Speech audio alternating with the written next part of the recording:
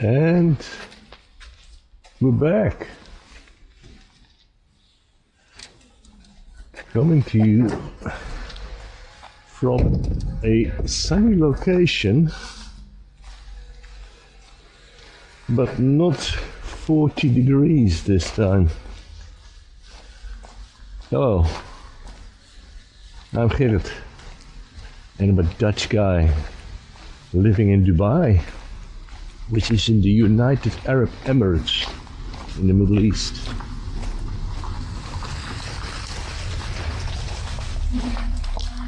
However, this time I am not in Dubai, I'm not even in the Middle East. I'm actually in Russia. And I'm at the maternal home of my wife in a town called Maikop. Maikop is in the south of Russia, in the republic called Adygea, and it's rather beautiful here. It's mountainous, it's a lot of forest, and the temperature here is much more pleasant because we are probably as south as you can go almost in Russia, in the Black Sea area. So the weather here is absolutely gorgeous, and I actually love this town. So the family lives in a house which is just up ahead from me there. Across the river we can see a big park with a lot of entertainment facilities for small children. And this place is actually very well maintained. We've got a dam here, or a sluice, let's call it a lock, to control the height and of the river. And the weather right now is, I don't know, maybe a pleasant 20 degrees, something like that. Now, we have had some rain here, that's why it's so green, so that's nice. But right now we're taking advantage of the beautiful weather and the lovely temperature that we're having right now. Now this town, Maikop, it's actually a very small provincial town, although it's very beautiful when you go into the city center. And like most, if not all of Russian towns, extremely well maintained and clean. Like here, this for instance, this is the embankment of the river. This has all been refurbished in the last, let's say 5 years maybe. I remember that it used to be partially a mud path across the river. It was always better maintained. By the way, there's a lovely Turkish restaurant right across the river there. Excellent food. But yeah, it's very well maintained. And this city has less than 150,000. I think it's like 135,000 inhabitants. So there's actually not very many people that live here. But the facilities are great. You drive for an hour or two and you're at the top of the mountains in the snow. Very nice, very lovely. Now I'm walking the long way around here. You can see there in front of me the bridge where the cars are going. But behind me, now out of view, there is actually a footbridge. A wooden footbridge. Now at one stage that footbridge, although the metal structure was there, all the planks were completely rotten and it was quite tricky and dangerous. But I did brave it a few times to go across to make some lovely drone shots. Now because of the current situation, that I don't want to go into, to be honest, but it's not advisable to bring a drone into into this area now. I don't want to fly a drone. So here we see all the youngsters hanging around. That's out of school, I suppose. I don't know. Teenagers doing what teenagers do.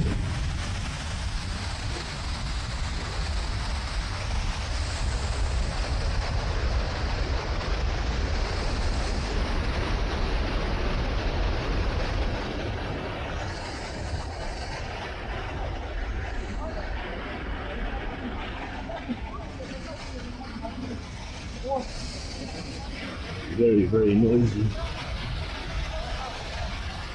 And let's see if we can get a little bit closer to this. It's getting extremely noisy. And the water is very wild.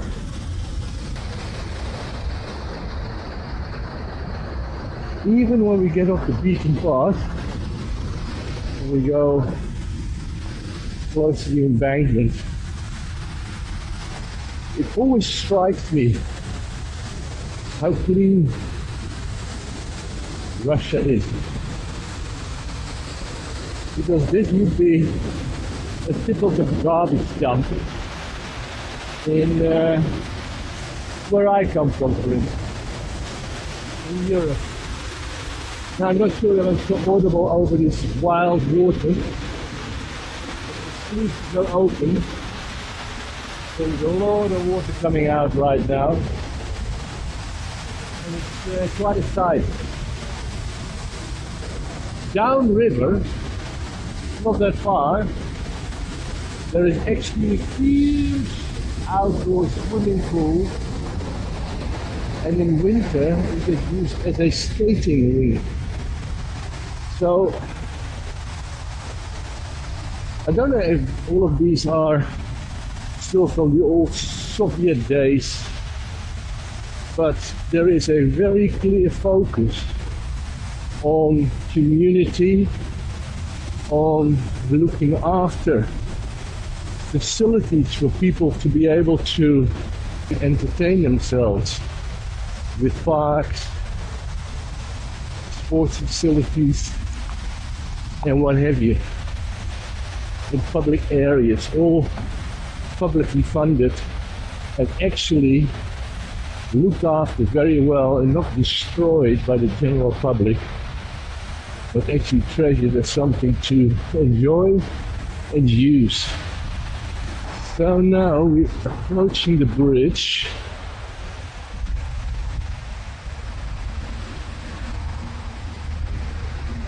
The bus is coming, so people are waiting for the bus here. Public transport actually very, very good and very cheap. This is a small bus. We see all the school children running to the bus there. They even have smaller buses, but just to inside the city center. You just need to move a few streets up and down. Here we have a cafe. A cafe, a bistro, I suppose, I don't know, a restaurant. Well, vlogging in a place like this is not really commonplace, so I am getting a few looks here and there, but that's okay. Let's just cross the road for a moment.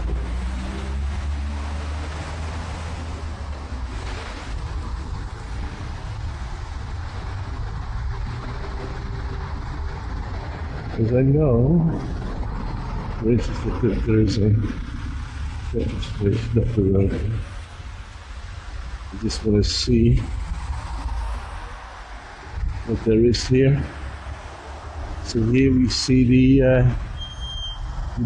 works for the sluices, 1951. So 75 years, 76 years ago, built.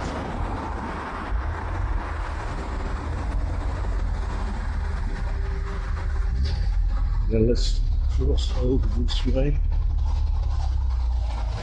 rather than walk in the street.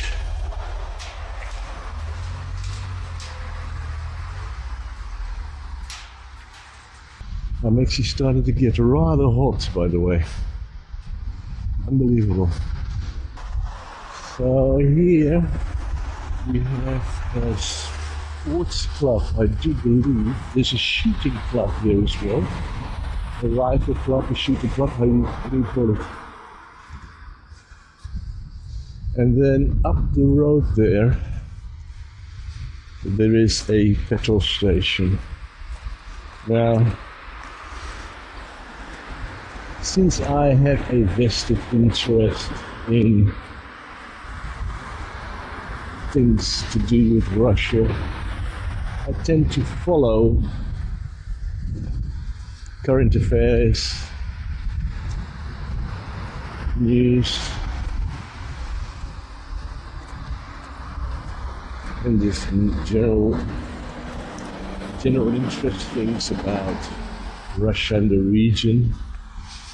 Of course, you can't help but also getting information about the less pleasant things that are happening today in the world.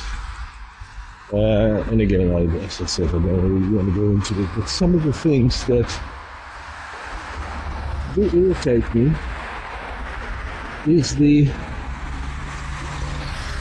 sometimes false information that we get about what's actually going on in this country. Like one of those things being the supermarkets are empty. You can't get any goods. Petrol stations are running out of petrol. And there is huge queues to fill up your car. Now, it does make me laugh in a way, because at the same time you can told that Russia is no more than a huge petrol station. So if this country is a huge petrol station, why would they necessarily run out of fuel? Doesn't make sense, right? Not to me anyway. So up the road there, we see Luck being a petrol station company brand. So let's just cross the road here.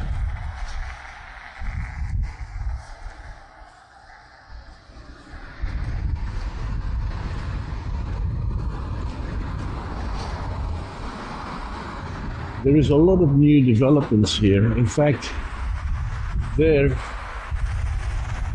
in front of me now, after having turned, there are 3 large apartment blocks. Now they are brand new. It always surprises me how much gets invested into this country in terms of not just public facilities, as I said, but just infrastructure. The roads are excellent here. The cleanliness of all the areas. Now, that must be in part just people's attitude towards looking after the environment they live in, as well as having public servants that actually perform a cleaning task and actually picking up litter and disposing of garbage. Making sure that the place, I mean, look at this here, for instance, this ditch. This ditch is overgrown with weeds. Fair enough, it's raining. Weeds grow like weeds, as they say. But do you see any garbage in my country? I promise you, this would be littered with Coke tins and trash and all kinds of garbage people would just throw out of the car windows. Here you don't get that at all. I did get a little hoot there from a car, no doubt because I'm filming. Not everyone appreciates it. Now the law in Russia states that filming in a public area, as well as filming in public places, So places that are considered to be open to the public is totally and fully allowed. It's not illegal. Now, of course, if you, for instance, walk into a supermarket owner is totally entitled to say, listen, I understand that you want to come here, and I understand that the law says it's allowed, but this happens to be my store, and I would prefer it if you didn't. And then, common sense should be there, right? But me walking on a public highway, holding a camera and talking to myself, should not be a concern to anyone. But yet, not everyone likes it. Well, I guess that's the way it is. And if I get challenged, the first line out of my mouth will be Nietzsche, я не говорю по-русски, я не понимаю. Now here we see the petrol station. This is a small town, as I said, but I don't see people queuing up down into the road trying to get petrol. Now look at the petrol prices. 70 rubles, 68 rubles, 62 rubles, 30 rubles. I have no idea what that is. But the petrol prices are not very high. I mean, 80 rubles is, I don't know, $1? 80 rubles is 0.8 plus 20, yeah, it's $1 a liter. I mean, I don't know how that compares to other places per se. I know that in Dubai, petrol is extremely cheap. And even in the 15 years that I've lived there, the price has actually tripled from where I started. And it's still cheaper than most places. So we're going to make our way back. After having established that this petrol station, there is nothing wrong. And I know that because we just filled up the car yesterday. I had to stop and take off my jacket because I'm literally sweating. It's so hot.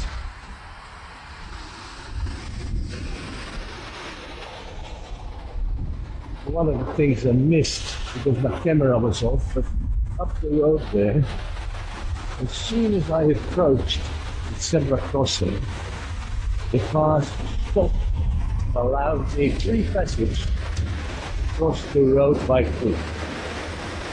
Now, I am used to in other places where as soon as you step foot onto the zebra crossing, cars actually start speeding up.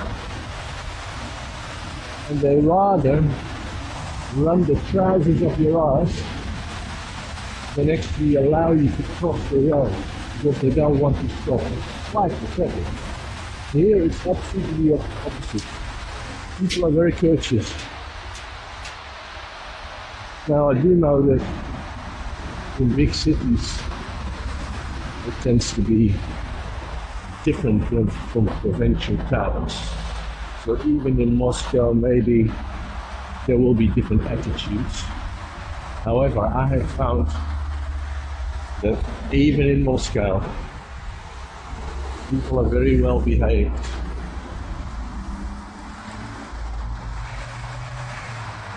So now we across the river.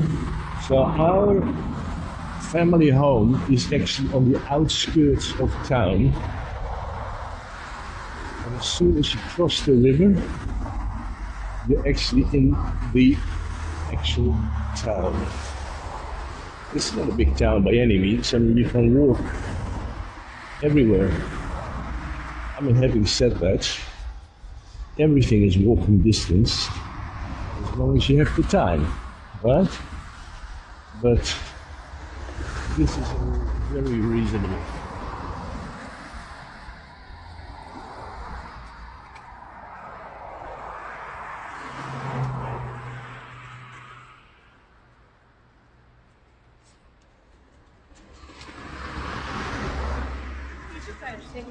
Oh, this doubles as a cycling path as well. Makes sense because it is safer to cycle here than cycle in the road, I suppose.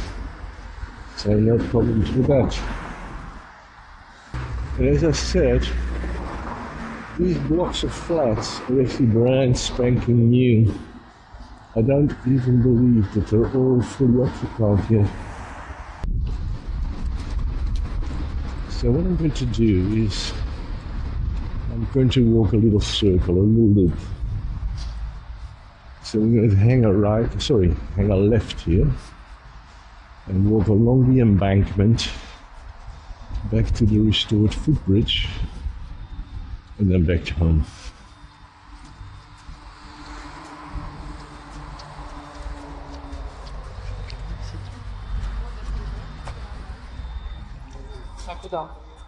And I've become a little bit reasonable in actually understanding the Cyrillic alphabet and being able to work out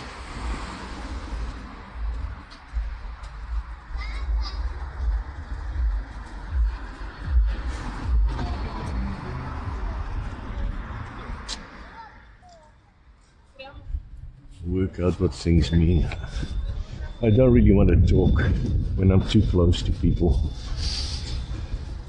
For a start, I actually want to keep it on the down low that I'm speaking English.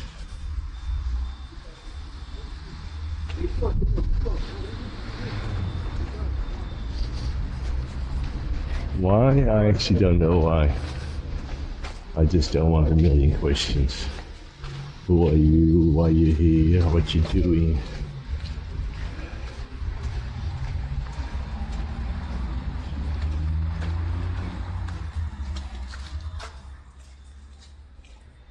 Given that my cop is not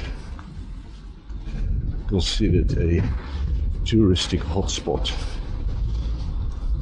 nice as it is, there's no real reason to come here other than, like in my case, family reasons. This is a lovely Turkish restaurant, by the way. We had a birthday celebration here once and the food was absolutely excellent. Very nice. And here we can see across the river where I will be able to spot our house as well. You will not, because you don't know what house it is. But there we see the footbridge, by the way, in the distance where we're going to go. So yeah, I don't want to raise too much attention for myself, because some people will be quite outspoken and start asking you, who are you, why are you here? Even if you're walking in a public street, but you're walking with a camera, they will start asking you who you are and why you're filming. And all of that in Russian. And my Russian is not what it used to be. So I'd rather just keep a low key. If you take the train and you go a couple of hours west, you actually end up in Sochi. Now, Sochi's claim to fame, of course, is the Olympic winter sports, the Winter Olympics, where there was spectacular skiing happening on the black slopes there. We actually went 2 years ago to that place. We stayed in the town over called Argus.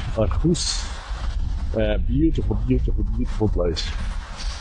So skiing, very nice here. Here we have the stadium, by the way, on my right hand side. Sports stadium, football stadium. And then across the way, I can see the house, but you will not.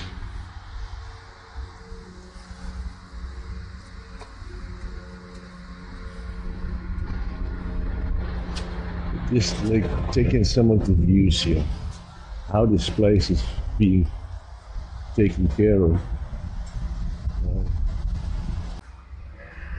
Now see all the young people, they're all the teenagers. They're all hanging out, but they're not hanging out to do drugs, or to smoke even, and drink beer, make a general nuisance of themselves. No, they're just chilling. You know, they're having fun here. They're actually using the playground. Those kids are probably 16-year-old, but they're all having fun without mischief. And call me old-fashioned, but I actually like that. This is where, when you pay taxes, nobody likes to pay taxes, but if you pay taxes and you see in the place where you live those taxes being applied to your benefit, your family's benefit, rather than you're wondering what the hell happened to the tax that you paid because the roads are broken, garbage piled up everywhere.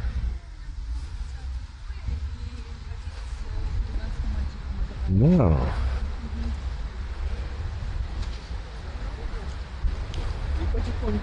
This is interesting because this is also under construction at the moment. If you look at the size and the scale of what is now a huge mud pool, right? It starts right in the front here, these brown gates, fences, and it goes all the way back to where these orange trucks and cranes are. That whole area used to be a summer public swimming pool and a winter ice rink for the inhabitants of Michael. Now, given that it's all being dug up, that must be due to refurbishments of some sorts as well, which is a good thing. So I'll be keen to see next trip when I come down here what has actually happened. There's some nice music playing here. This is a public park, and this is a lovely, lovely park, I tell you.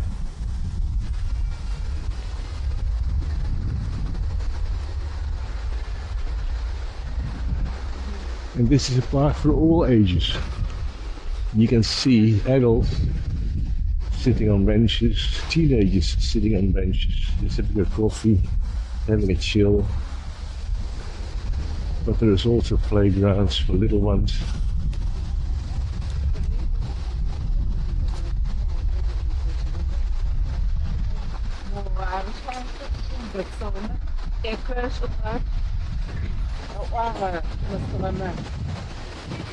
And we're almost at the place where, to the left, I cross the footbridge to go back home and turn right to walk straight into the town center. So I'm not suggesting that you would walk that every single day, because from the house to the other side of town it's probably a 20-30 minute walk, and in this weather it's absolutely fine, but in winter it's a bit chilly. But even on a bike, you know, a push bike, it is a distance of absolutely nothing. And look at this place. You can see it's very popular with the inhabitants. They're coming for a stroll. You can see by the gardens. It is very well maintained. Now here, let's just walk back to this side for a moment, and we can see here maybe a little bit better the scale of, I mean, we used to have public pools as well, but this public pool, I think all 150,000 of them could go for a swim at the same time. Wow.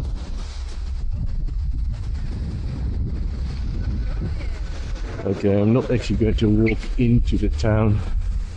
I'll just walk to the edge where we can see the Maikop sign. Now, I know in my vast Russian vocabulary that an apple in Russian is yablika. Yablika, yeah. This city, this town, is known as the town of apples. Here, for instance, you can see a little stage, and in the middle there you see on that stage, on the sign, that says Maikop in Cyrillic, and you see an apple tree in the picture there. Now, given that this place has orchard after orchard after orchard of apples, they can probably provide the whole of Russia with apples. And that an apple is called a yablika. I'm still trying to figure out what Maikop means. Is it a kind of apple? Because apparently the name Maikop translates somehow to its connection with apples, or being an apple town or something, which is not uncommon, by the way. I mean, the place where we landed, which is a 4-hour drive from here, by the way, because the Krasnodar airport, due to local tensions, has been closed now for the last 3.5 years, I believe. Although it's now been reopened, I've been told. But we already booked our tickets. Krasnodar is a 2-hour drive to Maikop. But the other airport where we landed is a 4-hour drive. So it's quite a way away, but what to do, right? You have to make things work. Now that place is known as Mineralnie Vody. Mineralnie Vody, which means Vody is water and Mineralnie is mineral water. So that city thanks its name to the fact that it has mineral water springs straight in the city. Now this whole area, by the way, we've already done it 3 times. There is springs all over this area, hot water springs, with the stinky water, you know, sulfur and minerals and healthy stuff. So we go to these big public, you have to pay entrance fee, but public bathhouses, swimming pools with all kinds of indoor and outdoor pools where you can enjoy sitting in these pools, and apparently it's got huge health benefits. So we've done this already 3 times, I believe, during this trip. We always do it, we love it. It's cheap, it's a good day out, and it's very, very nice. Now look at this city here, right?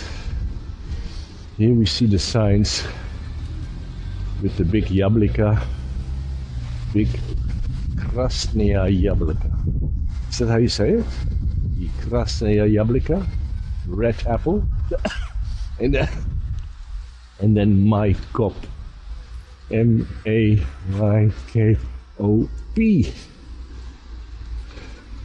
Now, some of these letters are very confusing because we have the same shape of letter, but it means something totally different.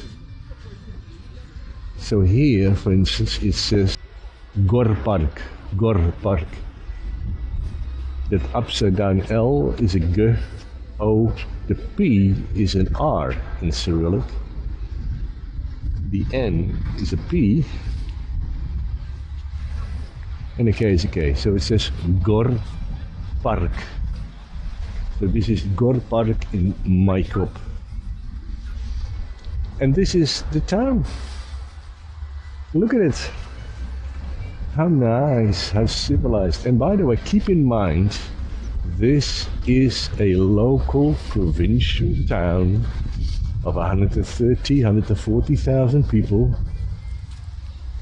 No international people really come here. This is not a tourist destination. So this place looks the way it does with and because of its local inhabitants. Right? And it's very, very civilized. You can see everyone is having a nice time, having a stroll. The city is clean. It is not a filth trap, which unfortunately we see so many times in European cities. It is just a lovely, lovely environment. And then we see the old Soviet-style flats mixed with newer architecture.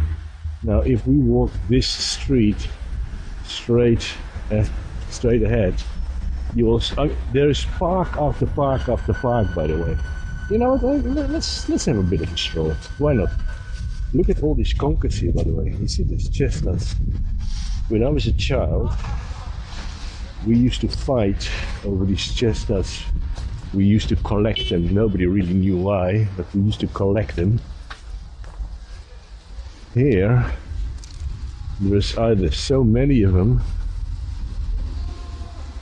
or people just don't care about them like we did when I was a child. Okay, maybe I'm not gonna walk there because kids will be kids, as we said. And they're actually pummeling each other now with chestnuts. And the chestnut, when it hits you, you know about it. Now also if you look at these roads here, like this street here, I never understand this street design. This street is blocked off, always, with flower pots on either end. And there's many of these roads in this town. So clearly they don't have much of a problem with traffic. Otherwise, you couldn't block off 1/3 of your roads for traffic. The city flow does not need these roads, which makes for a very pleasant, quiet environment, I'm telling you. The roads are very wide here. Oh, look here also.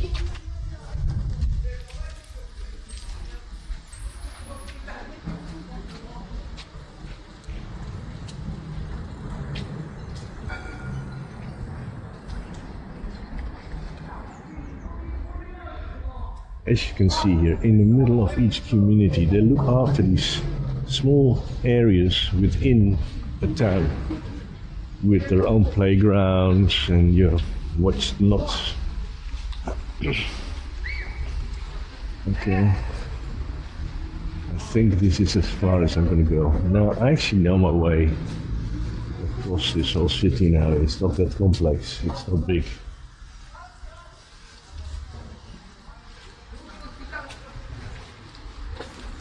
But maybe I'm not in a mood to walk the whole city flat. I'm still here for another 10 days. I need to have something more to shoot.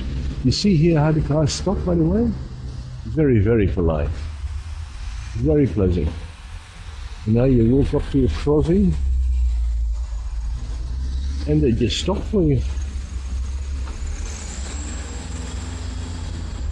Ah, this is where we made a snowman a while back. I wonder what happened to him. He's not here. Strange.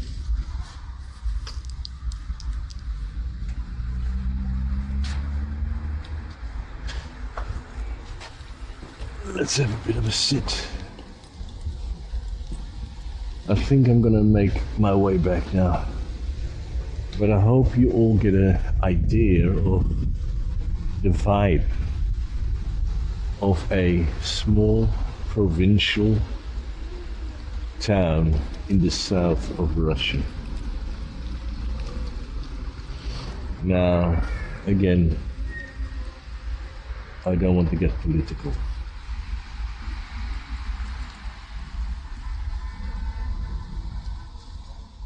But people here leading their lives as normal, Yet this place is only 600 kilometers from Donetsk.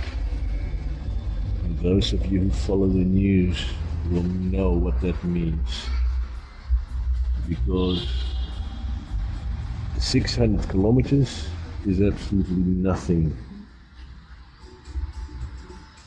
And the first day that we were here, I did actually receive a government SMS in Cyrillic, but a government SMS on my local SIM warning us that there was a I forget the words now, but basically it meant that there was a drone alert. Okay, let's head back. So yeah, I mean that is a fact of life right now here. Nobody on either side has chosen for the life they have to lead right now. Okay, let's just cross the roads without being killed.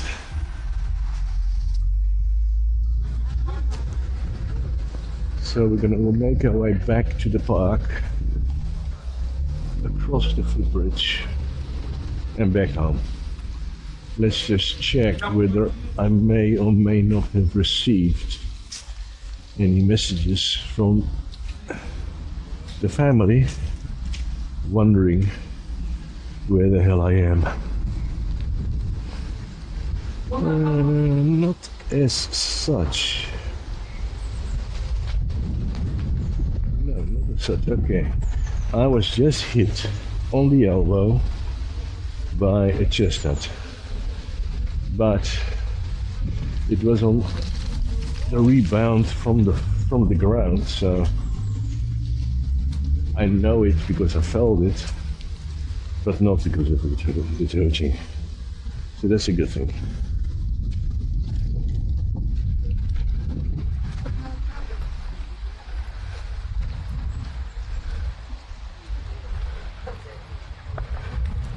Oh, I just felt a drop. So maybe my choice of walking back is the right one. Now tonight we're actually going out to a very nice pub, a beer house. Yeah, it's raining. So I think I need to put my jacket on. But the beer house is to my right, and it's an old historic red brick building, which actually is a brewery. Oi. Oi. This is getting serious now. This is getting serious, guys. I need to go put the jacket on. Need to put the jacket on.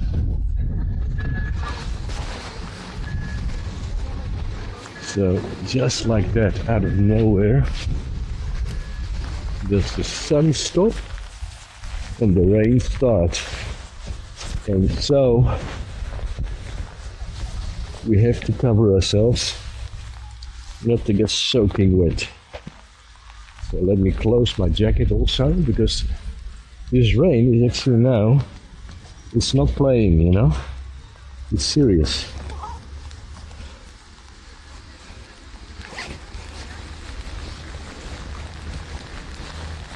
Where's my hoodie?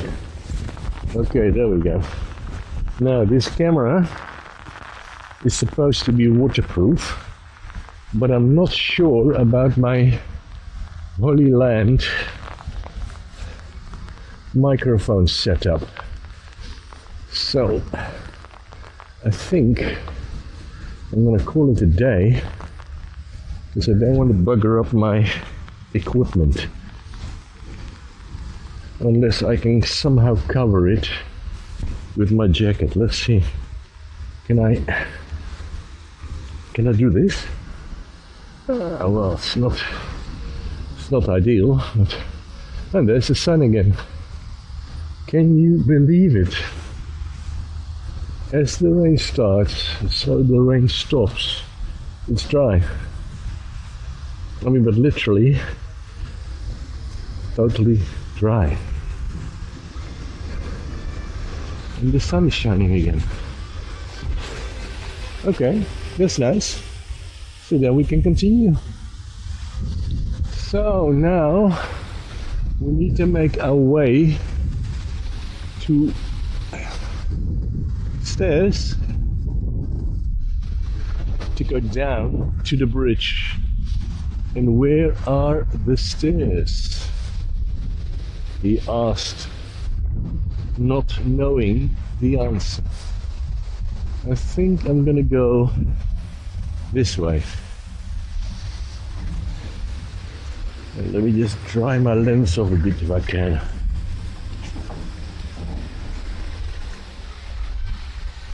Oh well, I'm not sure if that's an improvement or if it made it worse.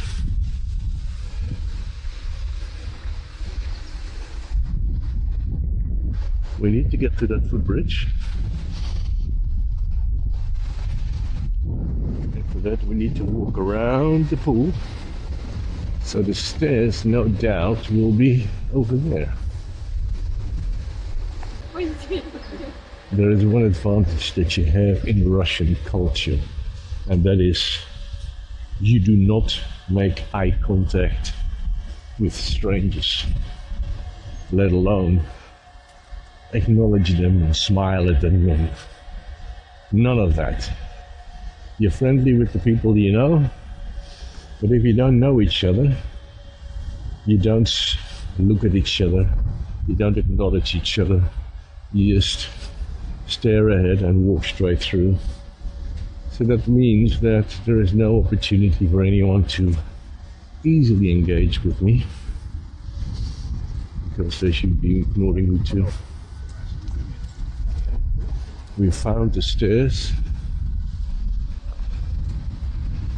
So here we're going to go down, down, down to the place where we can cross the river. And to the place where it's no longer an adventure to cross the river, because we actually have floorboards now.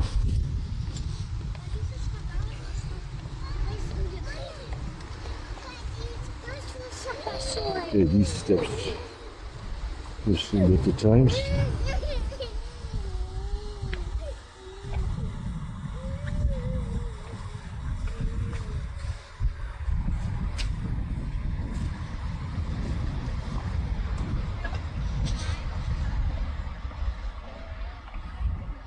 I want to be careful here, I don't want to see my ass.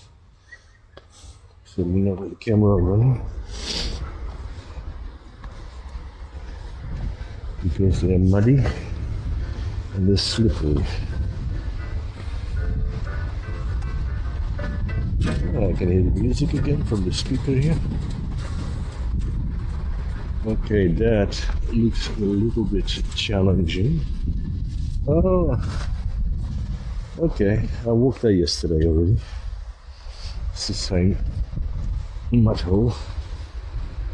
See, obviously, when they're doing restoration, when they're doing construction work, you can't blame them for not making a mess while they do it. But at least they put concrete slabs there for pedestrians to still walk across the mud. That's a good thing.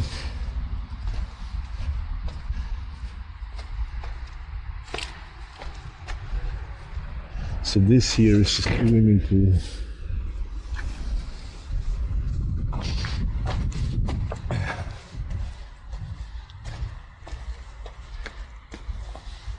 Okay, so here we're going onto the slabs.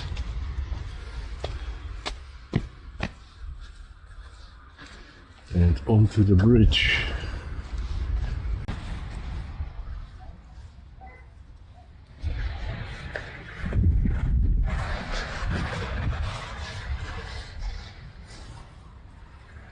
And we're back at the locks again, back at the river, but this time on the opposite side.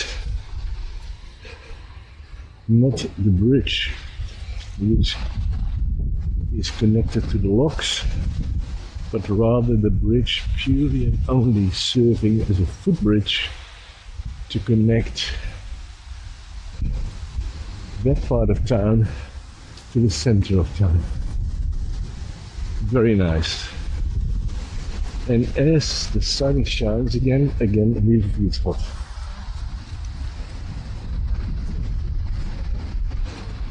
And I feel the urge of removing my jacket again. But I'm going to resist the urge and keep it on, because it becomes a little bit tedious to take your jacket off and on every time the sun shines or there is some rain. But that rain literally lasted a minute, and it was quite severe rain, you know. I mean, it was coming down.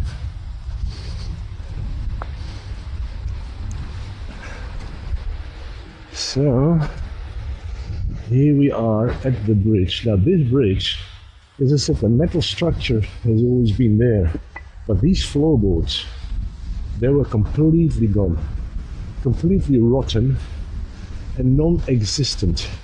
So you literally had to walk on the side here, where there is the metal which holds up the boards, and you had to tiptoe on that edge to get across, and that was quite dicey. I actually did that while flying my drone, so I could film myself scaling this bridge while my drone is filming me in follow me mode. So just active track. It was just tracking me as I crossed the river. I didn't need to do anything because I needed two hands to hold on to the railing for fear of falling into this muddy water down below.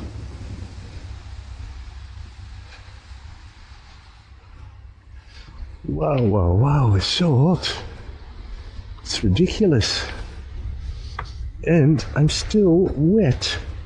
My t-shirt is still wet from the rain, and I'm starting to steam inside this raincoat, because this is an insulated raincoat, so it's very good at keeping all the heat in, not losing any of it.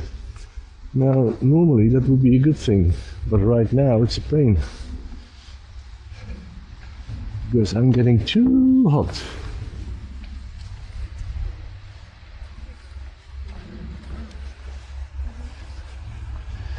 Okay, so now we're on the right side of the river.